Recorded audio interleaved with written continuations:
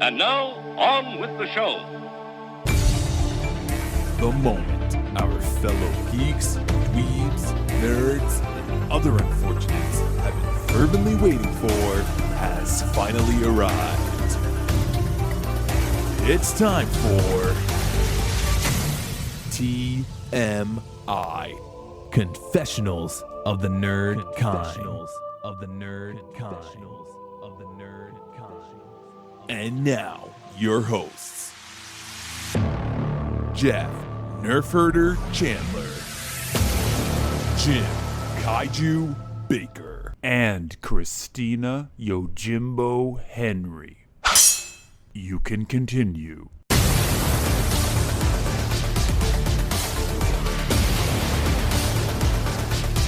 And now, let's get on with the show. Here is TMI.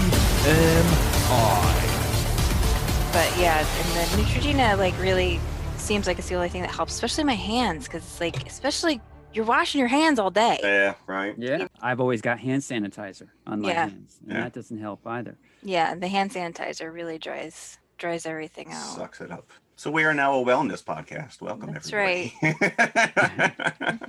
How to keep your hands supple in the winter doldrums here. So, Jeff, how excited are you about this episode? I have 6 pages of notes.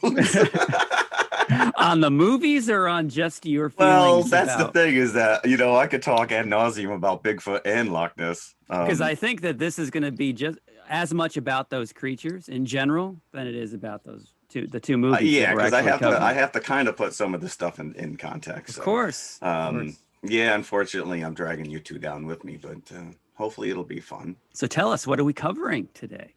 Well, first of all, welcome everyone who's actually listening. We will be talking. So this is part of our ongoing series, which we started, These Creatures We Love.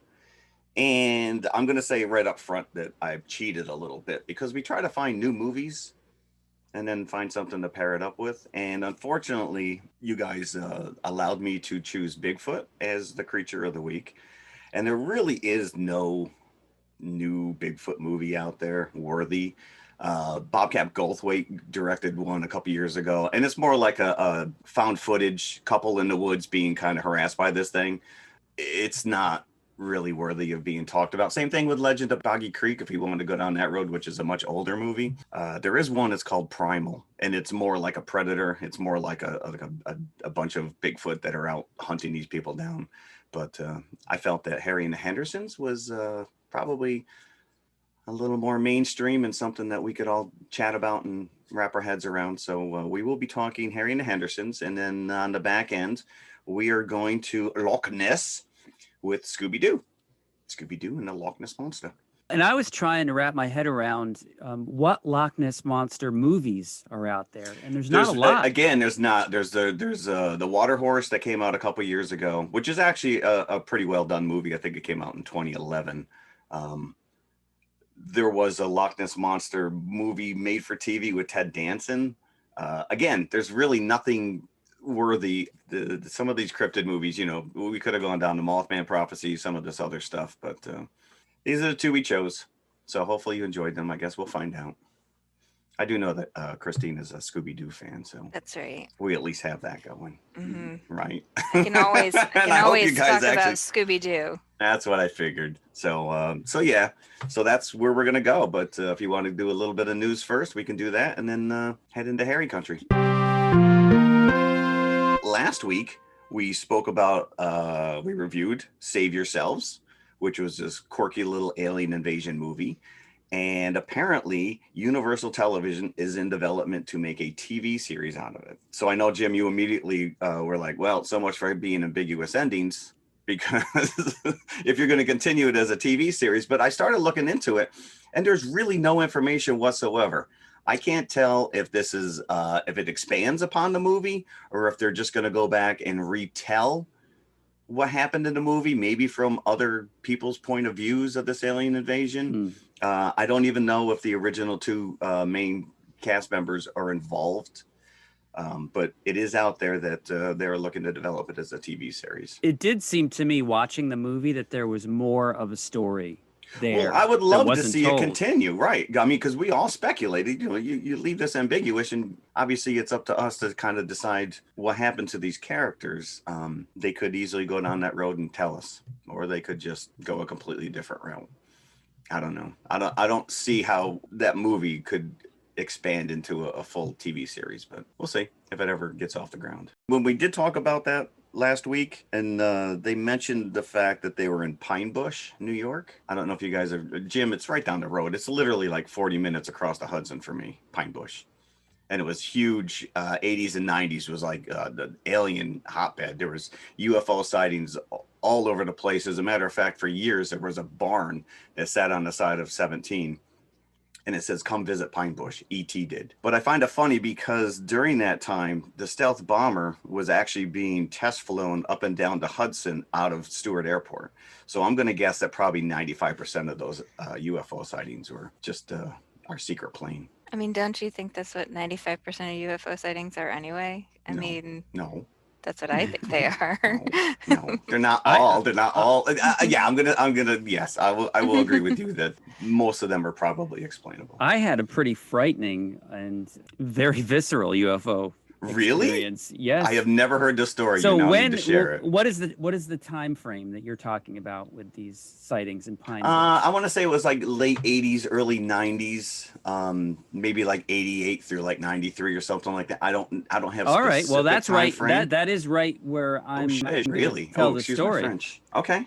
But I used to work for a limousine company. This was one of my first jobs, and what I used to do was wash the limousines in and outside of the large garage that they had that housed about 2 or 3 of them. And I remember the first time I got behind the wheel to move one out of the garage, I jammed it against the door jamb. But that is another story. That didn't happen this evening. It was nighttime. I was working late and wanted to come back from a job, and I had vacuumed it out and washing the outside. And there were only a couple of spotlights outside this garage, so I didn't have a lot of light. And the owner, who was my uncle as well, was outside with me, and he points up in the sky like, what's that? So we both looked. We were the only two there, and a large circle of lights was probably 400, 500 feet above us. It was close, and it moved silently. I was going to ask, no noise, right? No noise, slowly above us until it cleared the garage, over the house, and it was gone. And not like that it disappeared, it just went out of our sight. And I was very, I wanted to run and follow it, right? But he's like, get back. He's like, get back to work. He didn't even care. Get back to work. There's limousines to be cleaned. We don't need to find out if there's alien races. So it wasn't, flashing lights or anything like that. It wasn't colored lights. It was just bright white lights. It was a classic situation where you could not see any detail because of the light that was coming from the thing. Right. But it was definitely a circle. And it was steady, and it just moved above us, and then it was gone. And then the next day, there were some reports, because Highland is a small town, right? So people talk, and I was talking to friends about this, and that sounds like what so-and-so saw last night. He said he saw something. So it was frightening when it was happening, because I'm envisioning all these shows like, Project Blue Book and what have you. Sure, yeah, Fire in the Sky. I thought this was pre-Fire in the Sky, but I thought I was gone. I thought this is it. I'm gonna be with them now for perpetuity. You didn't have Scully and Mulder on the hotline? I didn't. No, I didn't. That's cool. I've never had that. I've seen squiggly lights in the horizon or whatever, but that's about the extent of it. Nothing. So it could have been, it could have been something that was terrestrial. Oh, I'm sure. But I'd like to think that I had a little ET encounter myself. I like this. We're already going down this road. Here we go. Christina's like ready to bail. I am the world's #1 skeptic. Listen, there's nothing wrong with that. You show me enough evidence that I just want to believe that there's something magical out there. Same thing with like Bigfoot. It's a romantic notion that there's a species that exists out there that we just don't know anything about. Whether you want to believe that he's interdimensional or alien in origin, or if he's just an unlabeled hominid. But I was on a panel last year, a virtual panel for a Comic-Con, and the host was asking, like, the four of us, if we believed in various creatures, if we believed in ghosts, if we believed in aliens, if we believed in blah blah. He asked like, probably 8 or 10 things, and Nope. everybody else was like at least 1 or 2 things they said yes to, and every Sure. time I was like, no, Nope. nope, No. no, I believe in nothing. Nope. I believe in myself. How dare you, I people. believe in aliens. I believe that there is life out there. I just don't believe that it's come here. Oh, I think they've been here for years. I believe that statistically, of course, there's other life in the universe because the universe Correct. is vast. Yeah. I just don't believe that they've come here and visited.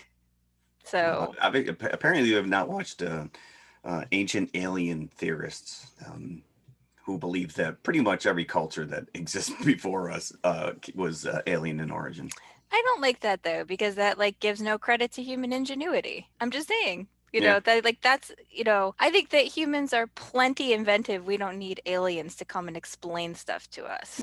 This is interesting, but if we want to continue news, we can. Okay. Edgar Wright is set to develop and direct a new adaptation of Stephen King's or Richard Bachman's The Running Man for Paramount. Really? Yeah, apparently this is going to be closer in hue to the book, not the Arnold Schwarzenegger movie. I am not familiar with the tome or where it deviates from the movie, but apparently Deviates a lot.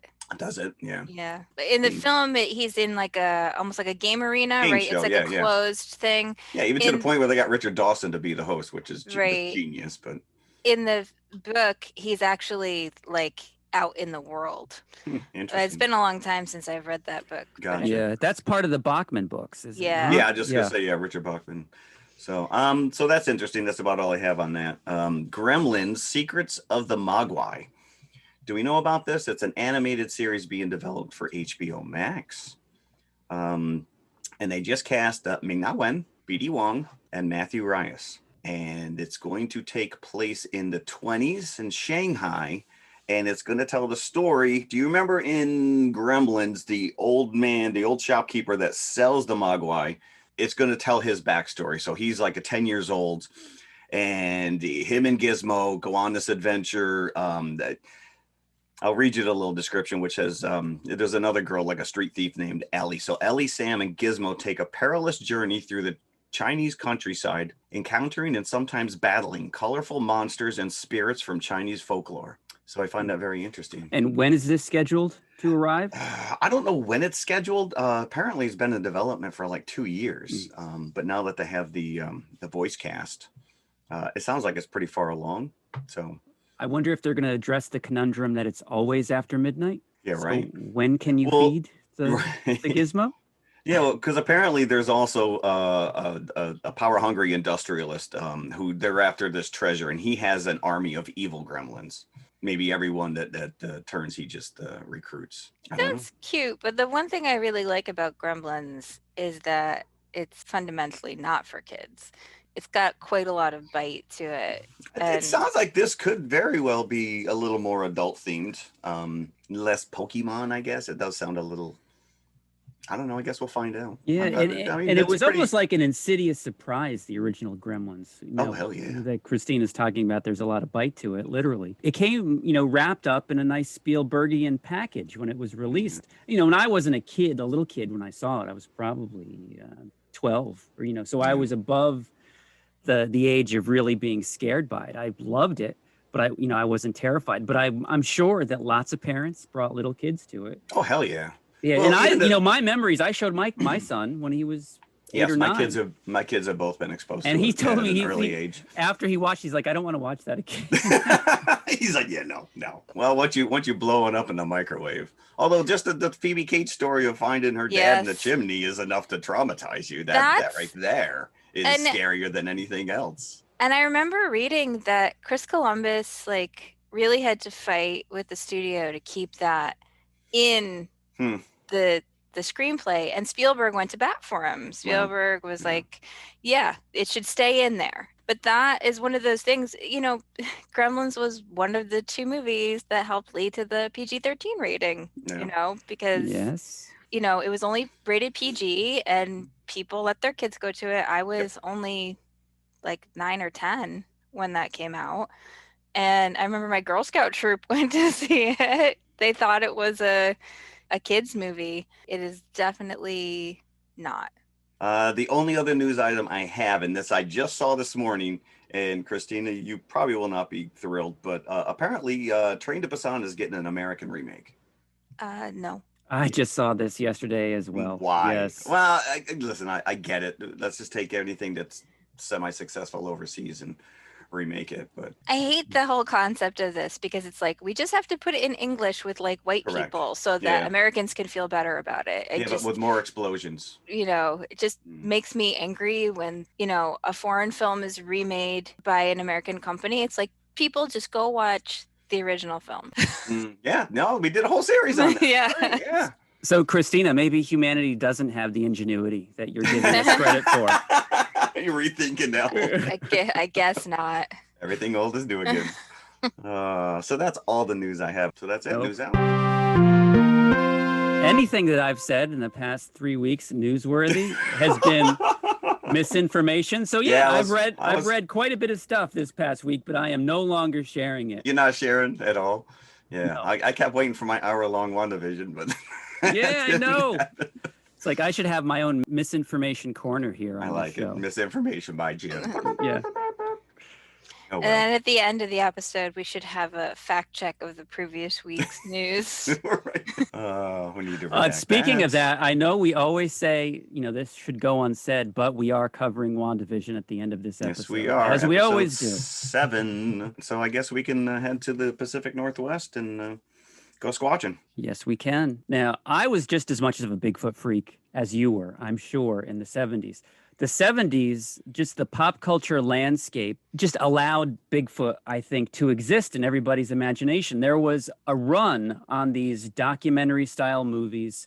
In Search Of was out. It just seemed that everything like Loch Ness, Bigfoot, UFOs was possible. Kids wanted to believe in this stuff. And everybody did. Believe. Yeah. And everybody did. Yeah, it's funny you mentioned In Search Of, because I remembered I dragged my dad to the theater in 1976, pre-Star Wars, to go watch In Search of Bigfoot. And I'm sure that's probably, In Search Of with Leonard Nimoy is probably the first time I saw the Patterson Gimlin, the film.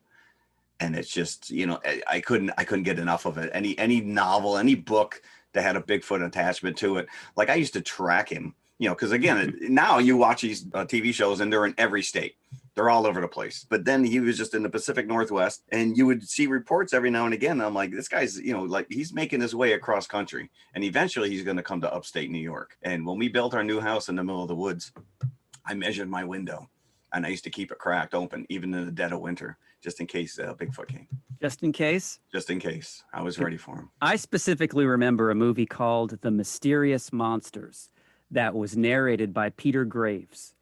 And I think that there was an audio that some hunters had provided. You were listening to a Bigfoot family grunting back and forth that were on the outskirts of this camp. And I bought it, hook, line, and sinker. Oh, hell yeah. Even though probably the most frightening thing about that documentary was Peter Graves.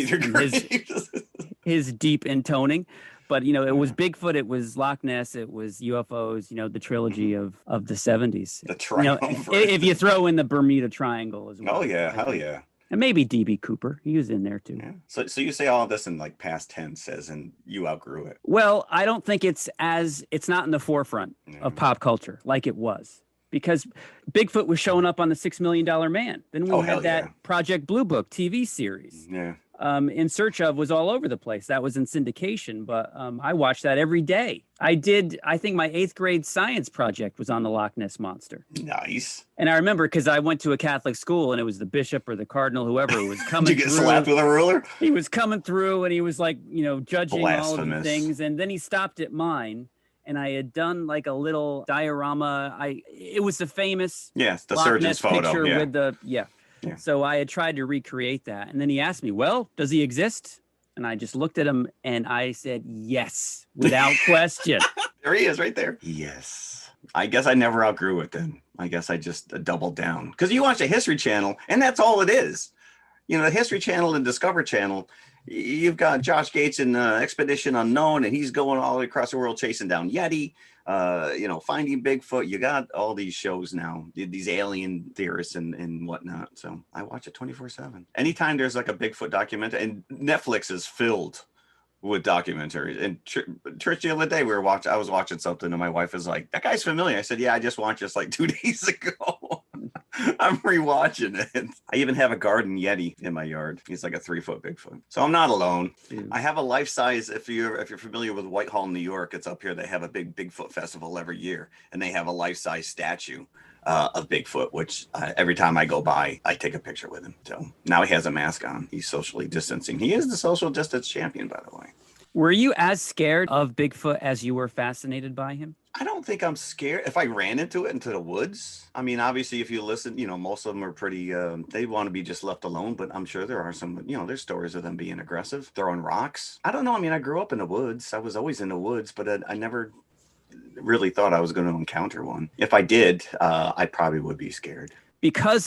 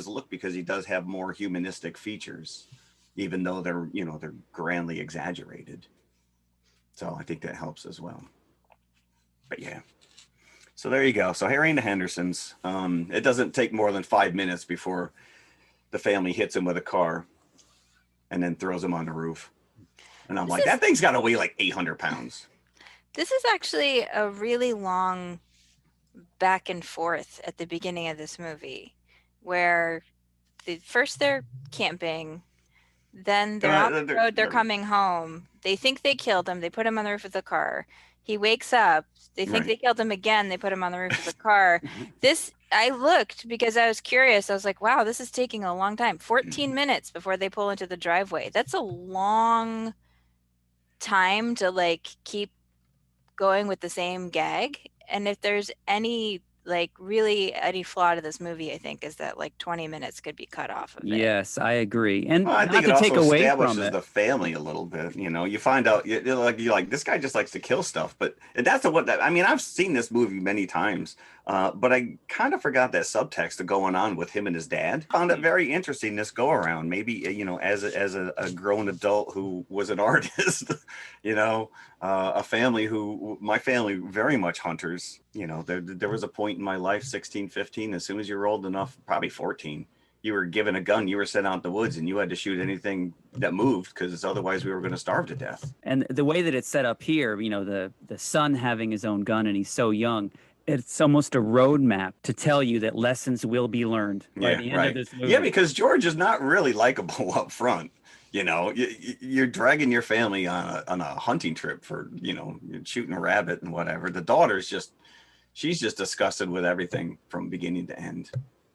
And I think the wife just tolerates him. And of course, the son just wants to emulate him. He wants to be just like dad. It's movies like this that maybe I've developed my innate fear of teenage girls because they're always just so I don't know. Is it just this movie? And don't want to be there. And so maybe that's an unfair assessment from filmmakers in the 80s, especially. And I apologize to all teenage girls. To all teenage girls. So as Christina mentions, they throw him on the roof of the car, drive him home, and lo and behold, he's not dead for a second time. And George encounters him in the kitchen as he's rummaging through the refrigerator. It goes through all those E.T. movements. Although in this case, it's the whole family that's in on the secret. Yeah. I thought I remembered nothing about this movie, but when she started screaming about him about the corsage, I had a little bit of deja vu. I was flashback. I kind of remember this scene because Harry eats Sarah's 15th birthday corsage. But the person I was actually most excited to see in this film was actually David Suchet, who plays the hunter Jacques Lafleur. Jacques. And the reason why I was excited to see him is because I am a huge Agatha Christie nerd, and he played Hercule Poirot on the ITV series for 13 seasons. And he's even using his Poirot accent in this because he's actually a British actor. Did he have to lick the hair, though? Was that really necessary? That was method acting right there. He's like, I'm going all in. Apparently, that was the direction. I guess so. Can you lick it, please? What? You're right. What? Oh, dear. I love the line after they hit it and it's lying in the road. Could it be a gorilla? I don't think they get that big around here. They have small gorillas. All gorillas in Washington State. A couple escaped from the circus a couple years ago, so you're still on the loose. Listen, you know what? You're right. You're in the Pacific Northwest. You're in Seattle. You have to know what a Bigfoot is. I think it's a state animal. I love the fact that they made him that he would eat the fish, but he wouldn't eat meat. I would have to assume if you have that large of a body, you're going to have to consume quite a few calories, and you're not getting that from berries and twigs. I mean, gorillas are a perfect example. They're vegetarians. Oh, you just threw logic all over my argument. It's true. All right, fine. Fair enough. They were not upset that he ate the goldfish. Yeah, and he has no moral problems with eating the goldfish either. Although he does have issues. No, but he was very judgmental about that mink coat. The one thing I have to say is for a movie that's called Harry and the Hendersons, they sure spend a lot of time away from each other. The middle third of the movie. Yeah, see, this is the problem. It's the same thing with Wall-E that we were talking about. This section goes on, I think, for too long. So if they were going to take some time out of the movie, I think it would be from this section. Because Harry and the Hendersons, they bond. It's when Harry comes home, and then... Yeah, they bond really quick. They're all immediately depressed when he leaves. Even the mom is just like, well, we can't go on living without Harry now. And it's like, he just destroyed your house. That was a load-bearing beam you just ripped out. And then it's kind of like a series of the same gag over and over where Harry startles various people in the suburbs. Right? Yeah, it's just the old lady The old lady, she's got a revolver in her friggin' nightstand. She's gonna take out a mouse with a revolver. And then they keep showing the Space Needle from the same vantage point. The same. That's the like only street they can film on. So every character got into the same position with the Space Needle in the background. But my favorite character is Don Amici's character, who is very disgruntled. He runs this Bigfoot museum, which I would probably just live in. He's disgruntled in the sense that he feels that he's wasted his entire life devoted to this creature. And George ends up going to him because his character, Dr. Wallace Wrightwood. Yes. He thinks that George is going to become obsessed because he's asking all these questions, and he's like, listen, dude, you got to let it go. They don't exist. I've ruined my life. I've ruined my reputation. I've depleted every dime I've ever had. In the beginning, he actually denies that he is the doctor. Oh, that's George true, right? The first go around, right? He says he's not in. He's looking for the guy that wrote the books, right? And he's denying that he's even the guy, the author of these. So books. I guess they didn't have pictures of the author on the back of the cover. They invite him to dinner, and I've always found this scene very nice. That here he is arguing with them that Bigfoots don't exist, and Harry's standing behind him, and when he sees him, he just like breaks down. I don't know.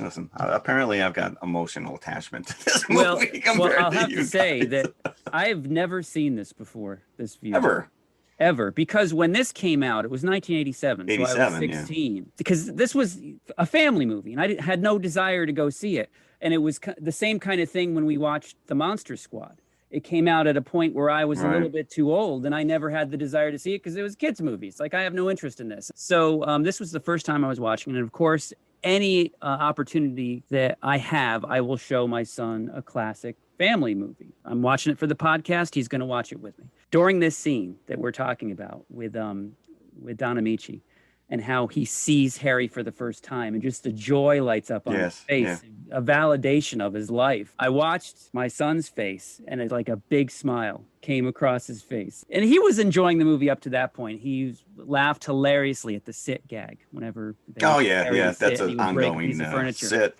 I taught him to sit. No! So I know that he enjoyed this. So watching it through his eyes was fun. Awesome. Very cool. Yeah. I like I said, I have shown my kids this movie, but it was years ago.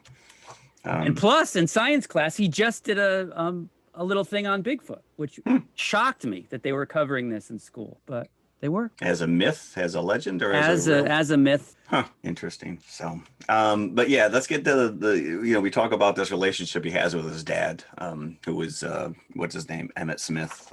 Emmett Walsh. Emmett Walsh. Who's Smith. Only 10 years older than I did read that. Yeah. Only like a 10-year difference. I was trying to work that out. Is this his boss? It is his brother? Yeah. It's his dad? But yeah, they have like a second generation family sporting goods store. And that's where you realize that, his fascination with hunting comes from his father, and that maybe he was pushed into it more so than actually he wanted to. But insults his artwork as well. He does a full-size rendering of right, because they immediately see this. There's sightings now all over the place, and people are like clamoring for guns. Apparently, you can just walk in Seattle, buy a gun off the shelf, and off you go. Shoot whatever moves in front of you. So he says, that's it. We're going to take advantage of this. Draw me a Bigfoot. At this point, George realized, he's not the monster that everyone's portraying him to be. So he makes this benign creature drawing. And his dad's like, I asked for King Kong and you brought me this giant gerbil. Dad takes it upon himself to draw fangs, defaces his art. And he goes, the one time my father ever asked me to draw anything. And he makes the line, he goes, I should have got a real artist. It's like, ouch. Then he quits. He's like, is it because of the drawing? Right, exactly. The culmination of the movie is them trying to get Harry back to the wilderness while LaFleur is closing in on them. Because LaFleur just wants Harry as a trophy. Yeah. It does get tied up in a nice bow. And LaFleur comes on board as well.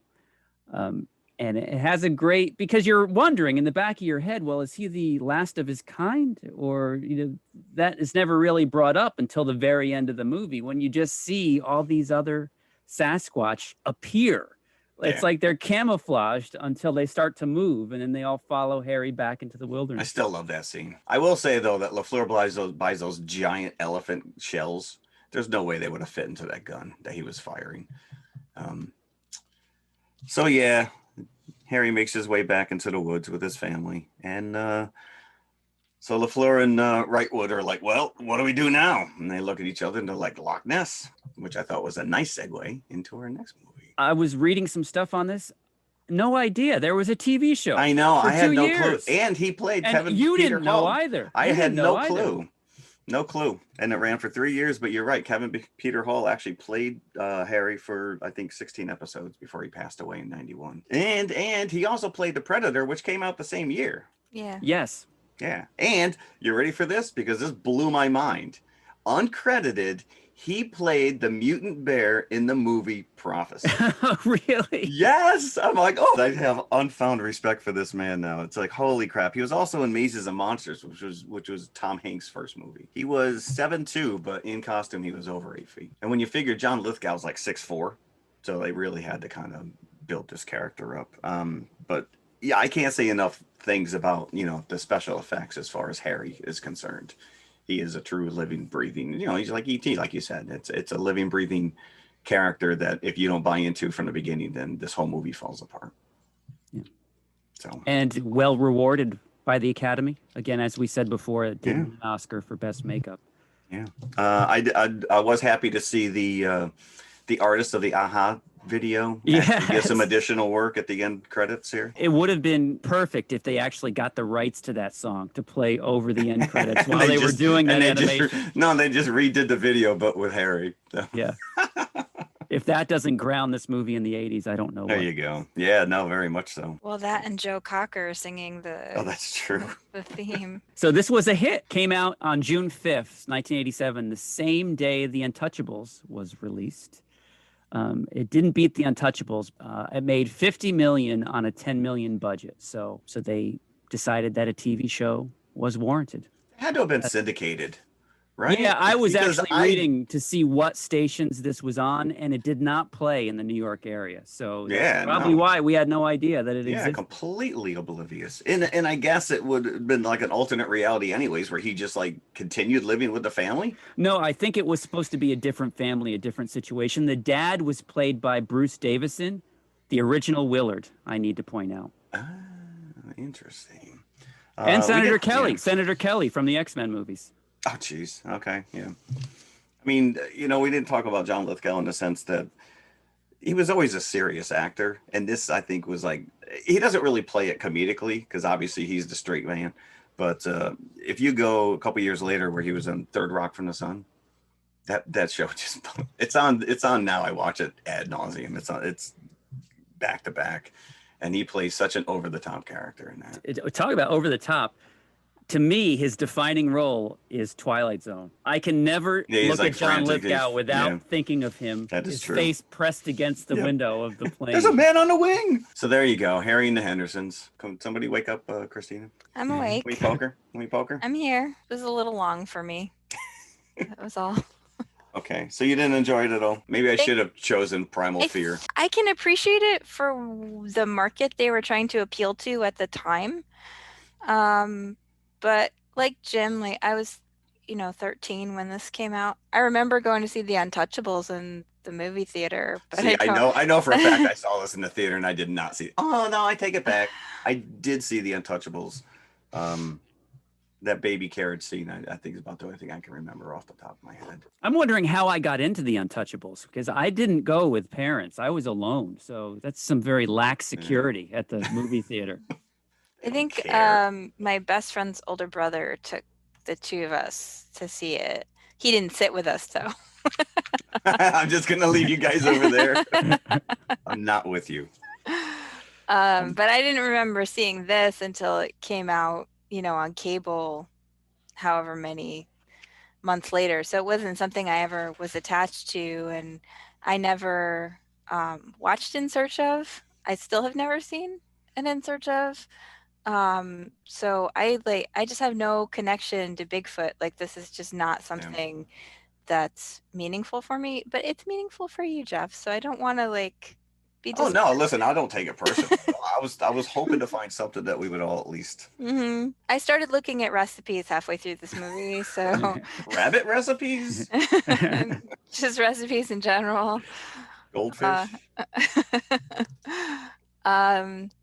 you know, it's fine for what it is, but like, I just think it goes on a little bit too long. I think if it was tightened up, it might hold up a little bit better. How many buckets would you give it? Me? Yeah. Maybe 2.5. Mostly because Rick Baker's makeup is really. I was surprised how well the makeup held up. I think it still looks really good. Yeah, I it agree. does. Absolutely. Completely practical. Yeah, that's just it. It is practical. And you can't see flaws, you know? It's not like some guy in a gorilla suit where you can see his eyes, you know, the skin of his eyes when you look at the face. It's like there's no flaws in this whatsoever. Yeah.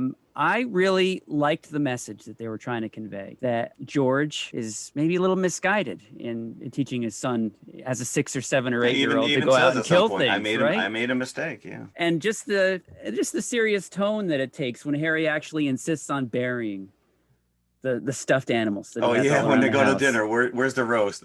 It's in the backyard buried. So I appreciated that. Loved the makeup. I do agree that it could use probably 15 to 20 minutes cut out of the middle, but I enjoyed watching it with my son. So I would give it 3 buckets. Now here's the drum roll. Jeff, what are you giving Harry and the Hendersons? I'm going to give it a solid 4 for all those reasons you just labeled. So now you do remember seeing this in the theater, as you said. I did see it in the theater. Yeah, apparently, even though I'm older than both of you, I wasn't so like, oh, that's beneath me. If this had come out in 81, this would have been right in my lane. I would have been there in the theater if it had been out just a few years earlier. So there you go. So that is Harry and Hendersons. And we may never talk Bigfoot ever again. So No. I insist. I think we should talk Boggy Creek at some point. I think we really should watch that and see it. Just that is like the quintessential. We're gonna drag Christine. That is the quintessential 70s docudrama. It is, but like I said, you know, I was all over it. You know, with the daughter of the director, you know, has gone on. Right, this is like a Kickstarter. This has been going on for years, but remastered it and released it on Blu-ray. I ordered it online. I got it a couple months ago and immediately popped it in, and it is gorgeous to look at. But it's just a series of events from one encounter to the next. It is more like In Search Of type of a thing. You got some interviews with you know, these toothless hillbillies who talk about these creatures or whatever, and then you get, you know, a couple sightings with the fuzzy monster in the background. It is a scary movie, but my favorite has always been Creature from Black Lake. Creature from Black Lake is not a docudrama. It's a scripted movie that is 2 college students that are doing their thesis on Bigfoot, and they go out to try to find him, and they do.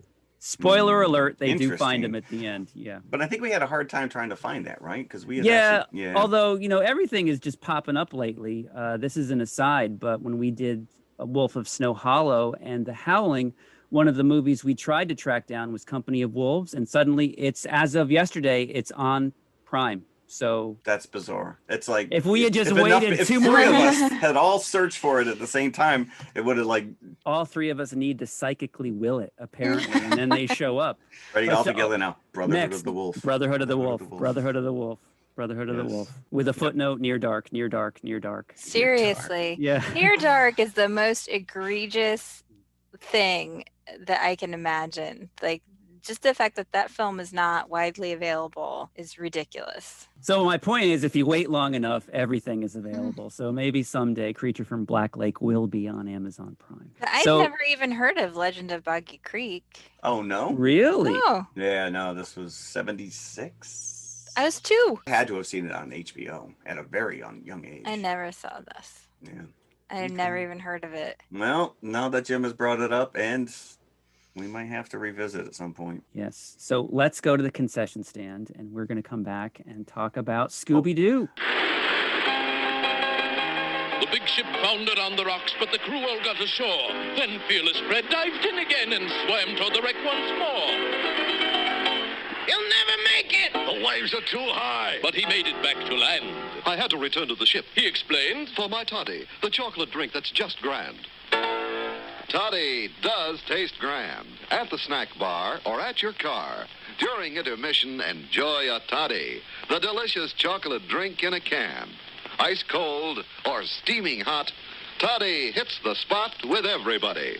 See how much better that popcorn or those hot dogs taste with toddy. Delicious. Okay, we're back, and Jeff's second choice. This one's well, Christina probably has more to bring to the table on this one. Well, I don't know. I mean, it's a Scooby-Doo movie. It's not. Listen, this was what was it? 2004. So my daughter was 4, my son was 2. We watched this movie over and over and over. My kids couldn't get enough Scooby-Doo. I couldn't get enough Scooby-Doo as a kid. Love Scooby-Doo. Scooby-Doo never went away. I still can't get enough Scooby-Doo. It's kind of like a default thing that I watch. If I just want to watch something, I end up watching a lot of Scooby-Doo. Yeah. This is from the What's New Scooby-Doo era. If you watched that show. And it's so funny because my son watches all the Scooby-Doo with me. And as soon as it came on, he was like, this is from What's New Scooby-Doo era. And it's the reason why he knows is because Fred wears a different shirt. Right. Yeah. It's like this kind of rugby shirt, and he doesn't have the ascot. No ascot. We walked away from that for a couple years. At this point, like if you watch Scooby from like kind of roughly 2000 up to 2020, there's sort of a main like core of people who are doing the voices. Obviously, Frank Welker's always done Fred. Yeah. He took over Scooby after the original voice of Scooby stopped doing it. Casey Kasem was still voicing Shaggy. Yeah. I looked it up. He didn't pass away until 2009. So he kind of came and went a little bit in the later part of his life. He would voice Shaggy for a little bit, and then he would stop. He would come back and maybe do like one film, and then he would leave. Ultimately, Matthew Lillard ended up taking over the character full time. But Gray Delisle has been voicing Daphne for almost 20 years. And to me, she's Daphne, like even more so than any other voice actress who's ever played Daphne. Like she's the voice of Daphne to me. And Mindy Cohn was voicing Velma at this point, and she pretty much voiced Velma up until like a few years ago, and then Kate Micucci took over for Be Cool Scooby-Doo. So the nice thing is, if you watch a lot of these things, you kind of hear the same voices over and over. There's a real sense of familiarity that comes with that I enjoy. It's like, oh, I'm in like my safe place with all the people who know what they're doing. That was one of the reasons actually why I ended up loving Be Cool Scooby-Doo, even though the animation looks so different. It's very stylized. The voices are all the same voices that have been doing Scooby for so long. So it's like, oh, it's the Scooby Gang. And that show, by the way, is hilarious. And if you haven't watched it, you should. But this is very typical Scooby formula. At the beginning, Shaggy asks, why are we going to some place that already has a monster named after it? Right, correct. Yeah. They go someplace for a supposed adventure, and there's a monster there, and then they have to solve the mystery, and all the sort of typical things happen. They split up and look for clues. Shaggy and Scooby get chased by the monster. Fred builds a trap. That's the Scooby formula. If you love the Scooby formula, this kind of delivers on that. It's not, to me, one of the best of the direct-to-video films. No, I agree. Zombie Island, I think, sets a standard for that. My favorite is Frank and Creepy. Okay. Yeah, I think you brought that up before. They go to Blake Castle. We should be doing this all in Scottish accent, by the way. Yeah, that's not going to happen. You can barely do it in the movie. Well, Sheena Easton is Scottish. I know, I get that, but when everyone else is, it's a little over the top, but they go to Blake Castle for this Highland Games event. And I've actually been to one of these in upstate New York. I think it was in Rensselaer. You could see guys doing caber tossing and all the stuff that they're doing in the film. They go to the castle for this event, and of course, the event is being terrorized by the Loch Ness Monster. Is it? Maybe. For those of you that know your Scooby-Doo, you know that there's something else afoot here, and you're always looking for clues. That's where I think that Zombie Island breaks that mold, because they do encounter that's not someone wearing a mask. There's an era where they experimented a little bit with like real Real world, monsters. right? So The Zombie live Island, action movies to a certain extent. Zombie Island has real monsters. Scooby Doo and the Goblin King has real monsters, and on the TV show Mystery Incorporated, they started off with the guy in a mask formula, and then it morphed into real monsters. So the sort of fun thing is that because they went through this era where there were potentially real world things, it wasn't quite as predictable as it could be. But I almost, I do feel comforted by the presence of somebody in a suit, because that's Scooby Doo. That is true. And you always have to think that it probably costs more to make this suit than whatever insurance money you're going to collect from perpetrating or whatever this it is scam. that you're trying it right. Yeah. And in this case, it's like a submersible, complete robotic Loch Ness Monster. Sorry for the spoilers. Speaking of cost, how much did it cost Freddy to get the Mystery Machine flown over to Scotland? Fred never goes anywhere without the Mystery Machine. I understand. He can barely keep it gassed up, and yet somehow we're driving around in Scotland. So. Yeah, and in Be Cool Scooby Doo, the Mystery Machine is like a James Bond vehicle. Yeah, it's like it turns in. It has wings, and it can become like a amphibious vehicle, and it has all these other features. We just take it everywhere. We just take it everywhere. Actually, in Frank and Creepy, one of my favorite things about Frank and Creepy is that the Mystery Machine is blown up at the beginning of the film, and Fred has these PTSD flashbacks throughout the film. My baby's gone. Yeah. About the loss of the Mystery Machine. There's so many things, though, that I like about this. There's the scene where Shaggy and Scooby are driving the Mystery Machine. Fred has reluctantly allowed Shaggy to take the van, and they're driving down the road, and a hand comes out and turns the road sign, so Shaggy and Scooby take the creepy road. I love stuff like that.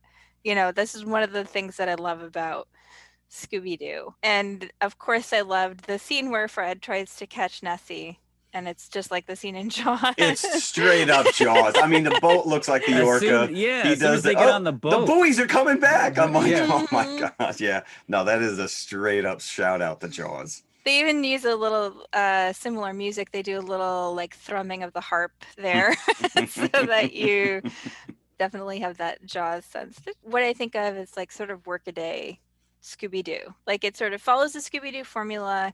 It's a solid movie. It doesn't do anything especially great, but it's fun, it's funny, and you enjoy yourself for 80 minutes. And you got 3 nice chase scenes with 3 fun songs. And you got about 4 or 5 suspects to kind of work out who the bad guy is. Yeah. And I love the introduction of Sir Ian. He's like, yeah, I just happened to find this caber. I couldn't help but toss it towards your house. Through the window, yeah. Right. Thanks. That castle was already destroyed. How does she even live there? Because when Scooby and Shaggy get up in the middle of the night to go find a kitchen, I mean, the windows are broken. There's no roof. Maintenance. Yeah, and there's, in one of the Scooby films, I forget which one it is. I think it's Shaggy Showdown. Daphne says something to the effect of a surprising number of our cases have to do with real estate. So because you see the state of this castle, you think it's going to be somehow related to the castle itself, but it isn't. It's really about one scientist trying to prove to another scientist that the Loch Ness Monster exists by making a fake monster. A fake monster, yeah, and showing him fake photos. But back to the castle, I love the fact that Shannon, when they first arrive, Shannon gives them a tour and the whole history of Clan Blake, in that they're all danger prone, and they all kind of look at Daphne she's like, what? It's genetic. Up front, some of the CG water looked really nice, and then they kind of bailed on that because I think that they put all their money into the CG monster. Yeah, the CG monster is really beautiful. Yeah, he seems to change size though. At one point. Well, there's 2 different ones, right? There's got a smaller one and a bigger one. But my favorite line, the one thing that made me laugh out loud in this, the one thing, the night before the games, towards the end, one of the characters says, "Everybody better get some sleep because the games are tomorrow." And Shaggy says, But yeah, I'd hate to be tired and cranky during the monster's final rampage. I wrote that down too, because that's also There you go. Shaggy does get the Yeah. best lines. Jeff was talking about Shannon talking about the stuff, how the family's danger prone, and she like her final line about the family is like we do this, we do that, and like we get caught in overly complicated booby traps of our own design. Although Fred's "Da Bomb Diggity" that was a little dated. Yes. Yeah. Anyways, it was fun. Yeah. It's a fun one. I know, Jim, you haven't watched as much Scooby Doo. Did you have to watch this on YouTube, by the way, Jim? No, I got it from my library. Oh, you did? Okay. Oh, good. So you have to watch it in 26 parts. I'm really a Scooby Doo snob. I love the original Scooby Doo, the 1969 version. Yeah, sure. Because reason being is why I'm so attached to that is because of Scrappy Doo. When I was a kid, I hated Scrappy Doo because he ruined my Scooby Doo. There was some point where it was the Scooby Doo Hour or something that was airing in the late 70s that was mixing the newer Scooby Doo stuff with Scrappy Doo and then the original. So I would watch and wait for the originals to come on this show, and Scrappy Doo was always ruining it. The reason I hate those is because those cartoons became about Scrappy. It was correct. about him. So I kind of abandoned Scooby Doo after that. So Scrappy Doo destroyed the entire franchise for you. My love for Scooby Doo, and I did love Scooby Doo as a little kid. But it's like kind of like Carrie and the Hendersons. I like my Scooby Doo in short bursts. I like the 20 to 25 minute length. Wrap up that mystery. Yes, wrap it up. Yeah. So I thought that this was too long for a cartoon like this. I will mention there's a line toward the end of the movie where one of the characters says something along the lines of a hedgehog in the toilet bowl. And my son, for years, that was like his go-to line because he thought that was the funniest thing on the planet. And the minute we heard it watching this yesterday, my wife and I looked at each other and laughed. I was going to say, I remember my son being sick when he was little with strep throat, I think, for like 3 days, and all he watched was Scooby-Doo movies for 3 days. There's a lot out there. There's a lot that went right to, especially like you said, around that timeline, that 98 through early 2000s. I mean, they released a couple, like 1 or 2 a year for a long time. Yeah. I had to shift through pages of Scooby-Doo titles to get to this one. My library. So they got the entire, that's good. Cool. So, Christina, you mentioned you were in Scotland. Mm-hmm. So when did you go? I went when I was on tour in the UK. We went to Edinburgh. So that was 2 years ago. I was supposed to go again last year. I didn't like tour around the Highlands or anything, Yeah, we went in 99. We actually went with the idea that we were going to conceive my daughter in the Isle of Skye so that we had a backstory to the name. We jumped the gun on that. So Trish was already pregnant when we got there, but we flew into London and then took a little shuttle plane up to Inverness, and then we just rented a car. But we stayed in a castle, a 400-plus-year-old castle that my wife thought would be really fun to sleep in the haunted room, which is at the top of the turret. You had to go up the spiral staircase with the rope to hold you from falling. And you actually had to leave the room and go up another flight of stairs to get to the bathroom. And all the walls were lit with arms that actually came out of the wall holding a lantern. Yeah. So I was pretty much Shaggy. I was just like curled up underneath my blanket shaking. I don't want to see any ghosts. She thought I would love it. I'm like, don't you know me at all? So, but we did have to go to Loch Ness. So, and that was right. So it was like 99. So it was right. They were building this huge interactive museum. It was the Millennium Museum, and it's state of the art video and whatever. And you walk through it takes you through the entire history of the loch, and then the first sighting of Loch Ness, the monster, and over the years, the different scientific research and studies. And I think it was in the 70s, they scanned the entire loch looking for this thing. And by the end of it, they're like, well, we can't prove it exists, but if you want to believe, you go right ahead. Welcome to the gift shop. And that was pretty much it. And did you buy something from the gift shop? I don't think I bought something from the gift shop, but I will disclose I stole a rock from the shoreline, and I still have it. I know, you're not supposed to do that. You're not supposed to be bringing, I don't bring seashells back from the beaches, but I did bring a rock back from Loch. So what kind of buckets would we give? I'll give it a solid 3 1/4. It's not the best Scooby Doo, but still, it's Scooby Doo. Yeah, it's a 3. I think I would go 2.5. Oh, I do want to read this though, because on IMDb there is one review and I didn't write down the reviewer's name, but I want to read this review, which is, I firmly believe this film is essential viewing on the same level as classics such as Shawshank Redemption and The Godfather. What? 10 out of 10 stars. I'm like, somebody was bored that day. Either that or really freaking high. And I bet you that person is listening to this right now. You think so? Yep. That'd be great. I would like someone to call in and be like, I wrote that review. So I thought that was pretty funny. He's probably scanning the internet for any mention Waiting of for any Scooby Doo mention. and the Loch Ness Monster. Yes. So there you go. There's our cryptozoological deep dive. We could keep going, but I won't. That's it. That's another podcast. For another time. Yeah, well, I'll start another cryptid podcast, and we'll talk Bigfoot all the time. There is a show out there. I can't remember the name of it, but it's just people calling in encounters. They leave voicemail messages, and then the guy just plays them back and talks about them on the show. And that's the kind of stuff I listen to. So there you go. That's it. So now we come to the point of the show where we are going to talk about WandaVision. Oh, so now we can all talk. WandaVision. Let's go. Episode 7. Episode 7, Breaking the Fourth Wall. Oh, and they do that. More ways than one. So I have mentioned this before, but I don't really watch a lot of TV, and I have not watched a sitcom for like 20 years. So I have no idea what this is supposed to be. I've never watched Modern Family, so I didn't realize that they do this, but I knew immediately, especially the opening credits, that they're basing it off The Office. Well, this is also what We Do in the Shadows does. So if you look at that as a sitcom, then it's the same type of thing, where it's like there's supposed to be a documentary film crew that's filming all this and interviewing. No, but it was clearly modeled after something that I did not recognize. Yeah. You know, especially like the credits. I was like, I don't know what this is. Yeah, it was The Office. Right? Am I wrong on that, Jim? No, I think Modern Family was the... Oh, really? If only because of the setting. You know, obviously it was not in an office. So I think they were going for the Modern Family. And I don't like those. I don't like any of those shows. I never got into The Office. I didn't. To me, it's like cringeworthy kind of television. But at this point, it's besides the point of what... Right. Of what We're now like in the 2000s TV series. So this may be the last... of these episodes that is going into that, because not only where else can you go with this, but I think they're reaching a conclusion now that it's not going to be like this. Because everything's falling apart. We see immediately that she's really starting to crumble, and that the hex around her is fluxing.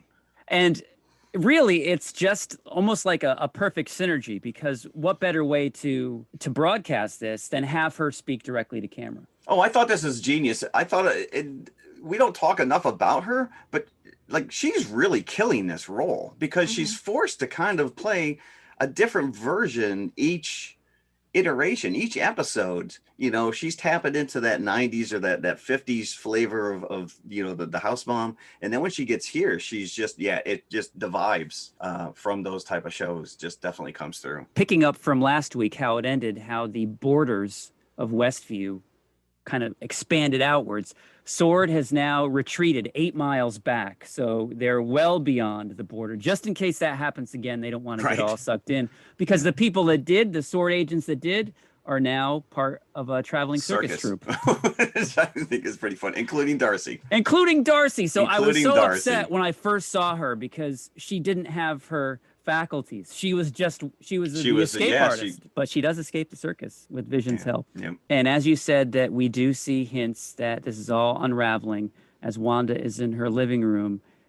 The furniture is morphing between 50s, 60s, 70s, and the living room itself is changing. So you're seeing snatches of what you've seen before in the previous episode. So she can't keep it all together. Yeah. But she's trying to put on a front for the boys, and that's where Agnes comes in and basically says, you know what? Mommy needs a day. I'll take you guys. Agnes, a little in the know. Now, at the same time, we were given some hints that Monica is changing. This is my favorite part of this entire episode. To the point where Darcy is kind of warning her off of going back in. It's already mutated you twice. So rather than have a negative effect, this is doing is empowering her. So she's becoming a superhero in her own right at this point. Which I think we all saw coming. We all hoped that this is where they were going to go. But the bigger tease was this space engineer that she keeps talking about, and we were like, "Oh, it's going to be Reed Richards." It wasn't. It was a little bit of a letdown because I don't even know who it was. Well, that Goodman or Goodner. I thought was interesting because up to this point, things have sort of passed freely into the hex, even if they changed on the other side. And Monica has this whole special vehicle built so she can go in. The entire budget went to that damn space rover, by the way. That thing was a monster. That was a really cool design vehicle. And then she gets there and the hex won't allow her in. So especially given the revelations at the end of this, the question is it Wanda is not tolerating outside interference anymore, or is it Agnes who's not tolerating outside interference? Well, the interesting thing is, which there is, right, when they pull back and like Jim said, they're not, Sword is now like 8 miles out or whatever, and they do move in so that Monica can get through the wall, but the outside of the hex is changing into a hexagon. You can start, before it was always like this bubble, and now you're starting to see it actually kind of take on a shape, which is interesting. So, but yeah, the end reveal is brilliant, and I thought it was great. But let's get back to Monica, because she does make her way through, and she comes through the other side empowered. She can't get in with the rover. Right. She has to get out of the rover because the rover can't make it, but she herself can. And she faces down with Wanda, as if you couldn't figure it out yourself. They put her in the iconic superhero, one knee down. Yeah, that's correct. The landing. Yeah, it's like, all right, just to drive she's now a superhero, but she's great. She's got the suit, which kind of at least it's the same coloring as Photon's original costume in the Avengers comics, but she's got these glowing blue eyes, which are just rocks it to the next level. So I'm very excited that this character now exists in the Marvel Universe. In the meantime, while this is going on, Vision has awakened Darcy, as we mentioned before, and they're trying to make it back to Wanda, who is throwing roadblocks. Or we don't even know if it's Wanda doing it anymore. Yeah, well, that's just it. That's once you see the little reveal at the end, and all of a sudden you have to kind of question everything. Yeah, and you got to question the fact that is Agnes or Agatha really as in charge as she says she is? Because one of the opinions we had last week was that she was faking when she was kind of in a trance when Vision finds her last episode, and that is the case. That is the case. You see that straight up. She looks at camera. Yep. And that's breaking the fourth wall. This reveal that she is Agatha Harkness. She's not an evil character. Correct. I don't know how they're going to play this up, but she is very much in control. But they do a full-on Monsters theme. It was Agatha all along, kind of a intro and I thought it was just absolutely brilliant, and it just takes you back through the last 6 episodes, and you see her manipulating people in the background or stuff going on, especially with Pietro. I still think there's more. There's 2 more episodes left. There's more going on here. Oh, I don't think that they would give this up that easily. No. And then she closes out her little theme with, "And I killed Sparky too." Yeah, like this is. Like, I would just rewatch that credit right there. That was fun. So something that I read is that apparently the aspect ratios. I did see. I only saw it once, and that was when they got back to Vision laying on the ground, and it goes from that widescreen, and it goes full aspect ratio. But I guess it happens more than once. The extra widescreen look is for whenever the viewer is in what we should consider reality. So unless you actually see like the widescreen ratio, it is not reality, according to Matt Shakman, the series director. Is this the first time that they've utilized that, or has that gone throughout apparently these other episodes? It's gone throughout that we have not picked up on. And we haven't picked it up. Like the article I read said that widescreen is normally reserved for action outside the hex bubble, like in the sword camp. Yep. So at the end of this episode, as Wanda walks down into Agatha's basement, you can see the black bars of the frame slide in as she's like stumbles. So you're now into reality. So I've never really paid attention to, because, especially at the beginning, you just assume the aspect ratio is because they're trying to look like an older TV show. Correct, right, Yeah. yeah. Which they did to great effect, yeah. So you don't really think about it because of years watching widescreen films on older TVs. I've just learned to ignore those black bars. Yeah. So I don't even pick up on them in any... So the subtle little cues that we're not even... Yeah. So even us that are like, digging through every little nuance, missed that. So apparently it is reality when it's in the extra widescreen look. So that might actually clue you in if what Agatha's saying is really happening, because something else, I think there is something else at work here, with 2 episodes to go. Right, I agree. Yeah, unfortunately, this episode was only 37 minutes long, like last week. So, I do feel like they could go an hour probably. Well, the interesting thing, so Jim had brought up the fact that, he had read somewhere that the last 3 episodes were going to be an hour each. I read something that the entire runtime for this entire series is 6 hours, but I don't know. So that's where the 3 hours came in, because I think the first couple episodes were only added up to like 3 hours. But if you're including credits, then you're eating up some serious time. Because there are a lot of credits. And I should point out that this is the first episode that has an end credits. Yep, correct. Mm-hmm. Yeah. Which was interesting. I rewound it like 2 or 3 times, and I still couldn't pick up on what Pietro said to her. Snooper's gonna snoop. Snooper's gonna snoop. That made absolutely no sense to me. I couldn't wrap my head around what this guy was saying. Monica was snooping. She was snooping. Well, correct. So she's now inside the hex. She's retained. She knows who she is. And she went immediately to the basement door of... and also, it's not the first time that she's kind of stuck her nose in where it doesn't belong, and he's aware of that. So I think he is not... what he appears to be. I agree. Even though, in that little montage where you start to see Agnes, controlling everything, and she's sitting there, she's on the bench with a glass of wine as Pietro is at the front door. And he has a little purple cloud like behind his back. Right. So and at the end, when he confronts Monica, his eyes are purple. So that's Agatha's color. Is still okay. Yeah. Mm-hmm. I did think that the scariest part of this whole episode was the Yo Gabba Gabba. Have you ever been witness to this show? Yes, I have. It is bad. It is. Thankfully, it wasn't a long period, but yeah, for about it did bring back. Yeah, there were some. I got flashbacks immediately. But the other thing too, which we didn't talk about, which is that the boys disappear.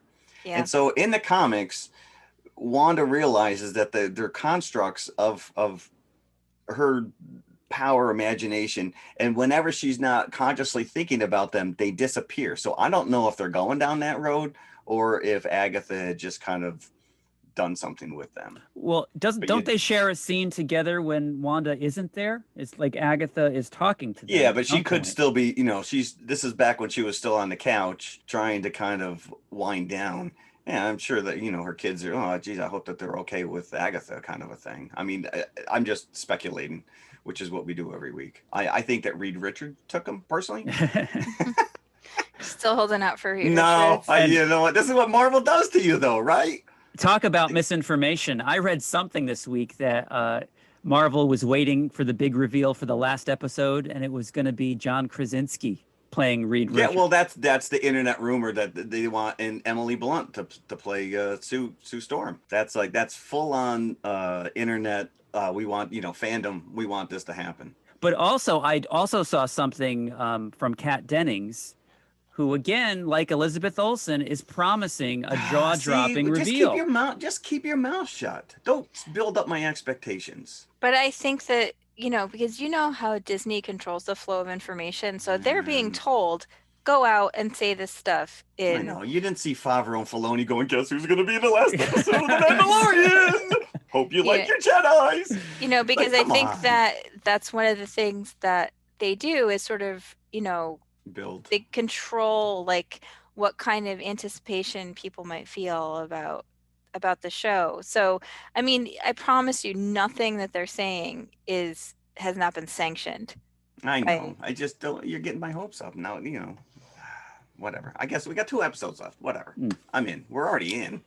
But my favorite moment from this episode is during one of the early scenes when Wanda is unraveling and she's doing the, confessional type interview, and you hear the cameraman say, "Do you think this is what you deserve?" And she just like blanks and like, "You're not supposed to talk." Right. Yeah. So I'm wondering if that, if that's going to have greater meaning, if that voice belongs to an actor that we may see again. Oh, jeez. Well, I mean, we saw that it was Agnes. Well, we're saying there's somebody else I think that they're going to introduce to this as well. I don't think it is just Agnes. Well, no, I do agree with you there. Stay tuned. I did like the fact that Darcy did lay out to Vision everything that was going on from Endgame and what really happened, because he obviously has no clue. And there was that great scene where he was, doing the interview, talking to the camera, and he's like, "What am I doing here talking to you? I gotta go." He like rips his microphone off, runs away. And the reveal that Hayward was trying to rebuild Vision in that facility. This other thing that I don't like, that it happens a lot.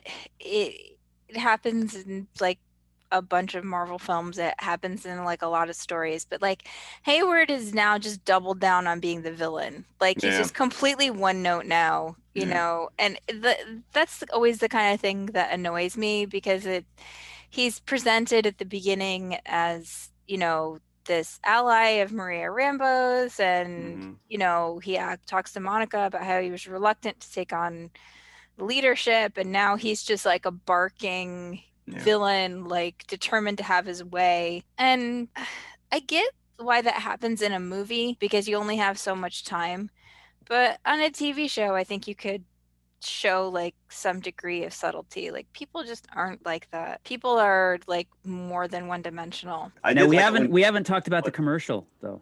Oh, that's true, we didn't. Nexus, they Gateway? did a good job of a crossroads, which we've seen anchor more your than reality once. That was right. Side effects include feeling your feelings.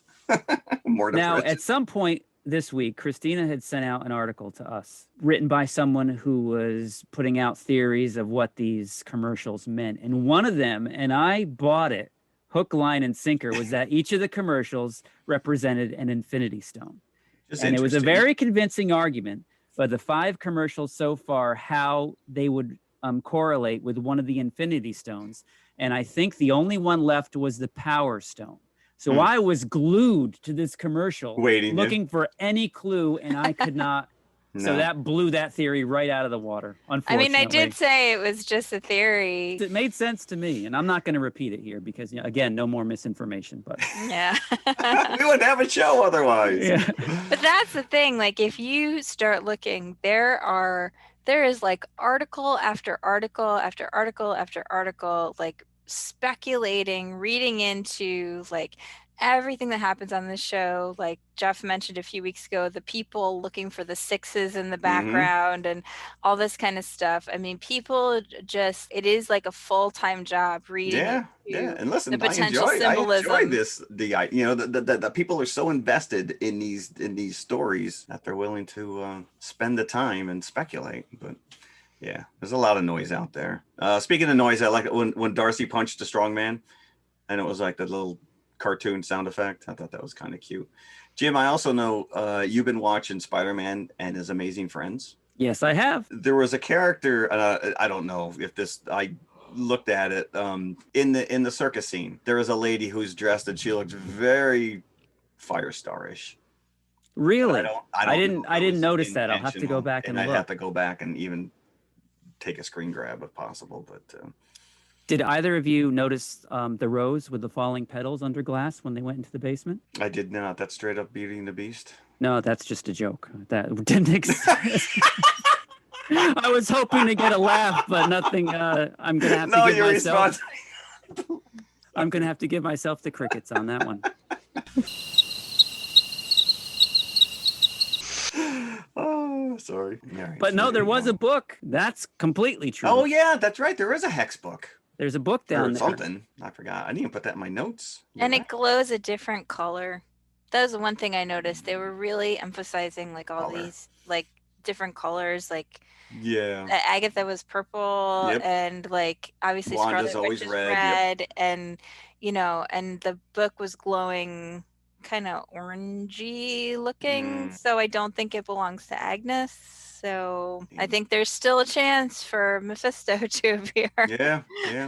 Yeah, I was reading another article where the author was pointing out all this demonic imagery that is hidden throughout the episodes. So it's funny you mentioned see. that book.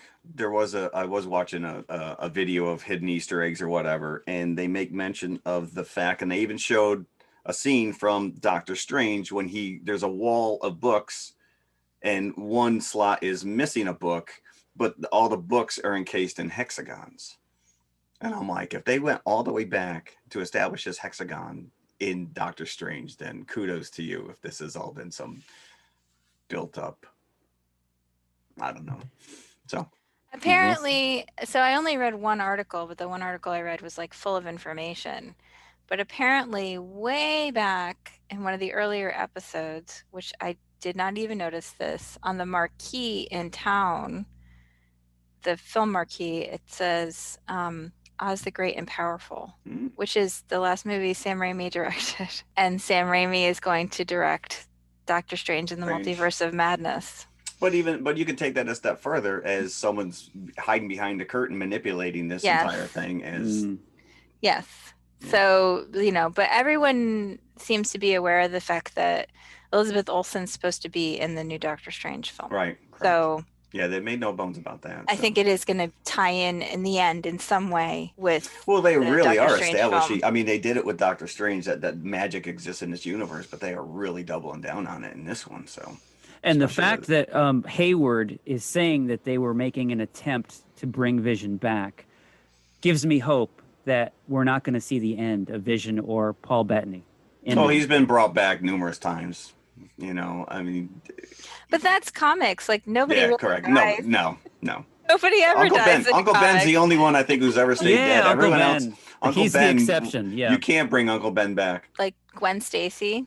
Well, yeah. Not really dead. No, everybody comes back. That's just comic books. Nobody dies for real. You got 45 plus years of stories. It continues. So there's always some way to make a character return. Correct. And in a film series, let's just never mind the comics. But in a film series where there's a device that allows you to travel through time, nobody can ever really die. That's true. So there you go. So, WandaVision. Unfortunately, we only have 2 more episodes to talk about after this week, but then we'll move on. But I'm going to miss this. I'm going to miss our chats as well. We'll still talk. It's not like we're breaking up. So what are we doing next week? This has been a long, long time coming. Gestating. Next week is going to be all superheroes all the time. Yes, both superhero sequels. And despite HBO Max's valiant attempts to deny us this, we are still covering Wonder Woman 1984 next week. Because it's finally available to people who don't have HBO Max, i.e. me. Because... There you go. What are we going to pair that up with, Jim? Ooh, talk about movies that hit my sweet spot as a kid. Superman 2. Ooh, that's a classic. Released in 1980 in the midst of the late 70s, early 80s blockbuster boom. I didn't know what to do with myself. Every summer, I had to go to the movies. It seemingly every week, a life-changing movie was being released.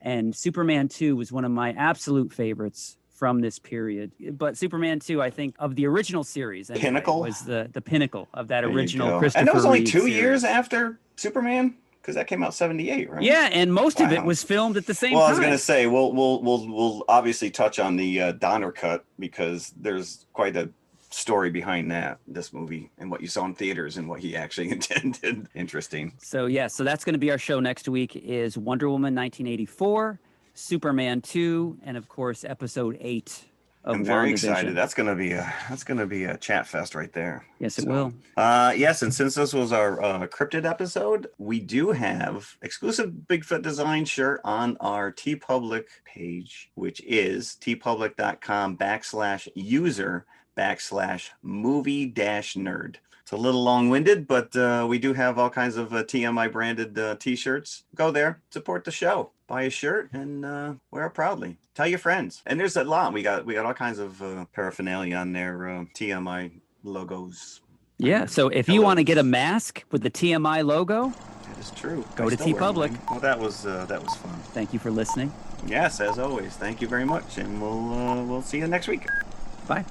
Bye. Hello, everybody. If you liked the podcast you just heard, then please follow TMI on all of our social media outlets. First and foremost, email us at tmipodcast2018@gmail.com. That is tmipodcast2018@gmail.com. And you can follow us on Twitter at TMI_podcast2018. Stop over, say hi, give us a compliment. We'd love to hear from you. Awesome. Make sure you follow us on Instagram as well, which is also TMI_podcast2018. And of course, we are on Facebook, facebook.com/TMI Podcast 2018. And it should be noted, we also have a community page, so join the forum. And if you like to watch YouTube, you can see us at TMI Podcast 2018, all one word. Look for the popcorn bucket. Popcorn bucket. Or you could just go to our website, which has every link there, TMIconfessionalspodcast.com. And we'll see you at the concession stand. We'll save some popcorn for you. Maintenance.